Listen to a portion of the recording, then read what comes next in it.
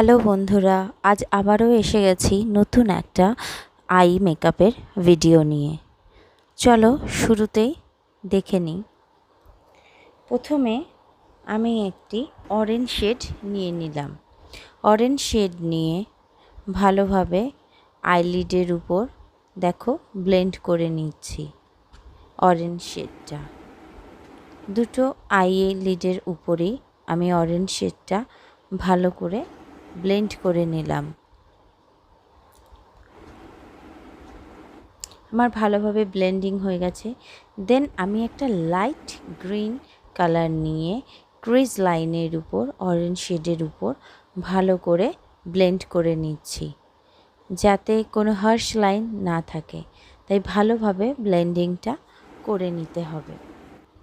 আমার ভালোভাবেই ব্লেন্ডিংটা করা হয়ে গেছে। দেন আমি একটা ম্যাজেন্টা কালার নিয়ে নিলাম। আচ্ছা, আমরা এই কালারটিকে ডিপ পিঙ্ক কালারও বলে থাকি, ফুচসিয়া বলে থাকি। তো এই ম্যাজেন্টা কালারটা আমি আই মেকআপের কর্নার থেকে স্টার্ট করলাম। শুধুমাত্র ক্রিজ লাইনের উপরে আমি কর্নার থেকে ক্রিজ লাইনের উপর ভালোভাবে ব্লেন্ড করে নিচ্ছি।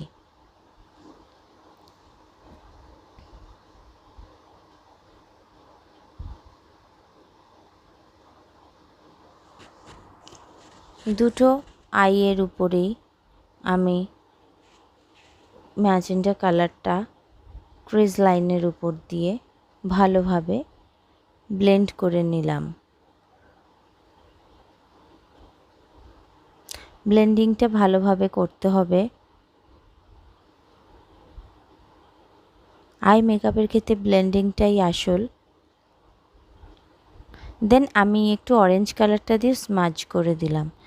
দেন আইলিডের উপর কর্নার থেকে আমি একটি শিমারি লিকুইড নিয়ে আই মেকআপের উপর ভালোভাবে একটা লাইন টেনে নিলাম। দেন হাইলাইটেড এরিয়ায় ভালোভাবে হাইলাইট করে দিলাম। দেন আমি এই হোয়াইট শিমার শেডটা নিয়ে জেল লাইনারের উপর দিয়ে একটু ভালোভাবে লাইনটা টেনে নিলাম কর্নার থেকে ক্রিজ লাইনের উপর দিয়ে। দেন আমি লাইনার অ্যাপ্লাই করছি।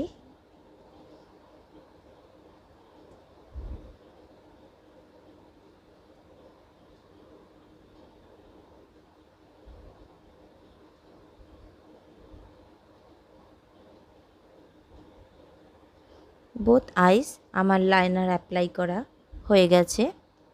দেন আমি চোখের নিচে কাজলটা স্মাজ করে নিচ্ছি।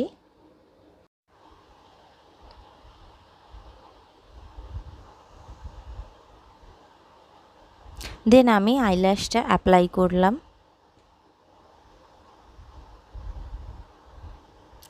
আমি একটু নোজ কন্ট্রোলিং করে নিলাম, যাতে পিকচারটাও একটু ভালো আসে আর সকলের সুবিধার্থে। নোজের ব্রিজের উপর একটু হাইলাইট করে দিলাম, একটা বিন্দি দিলাম। দেন আমার আই মেকআপটা কমপ্লিট হলো। টাটা বন্ধুরা, আজকের মতো। Please like, share and subscribe.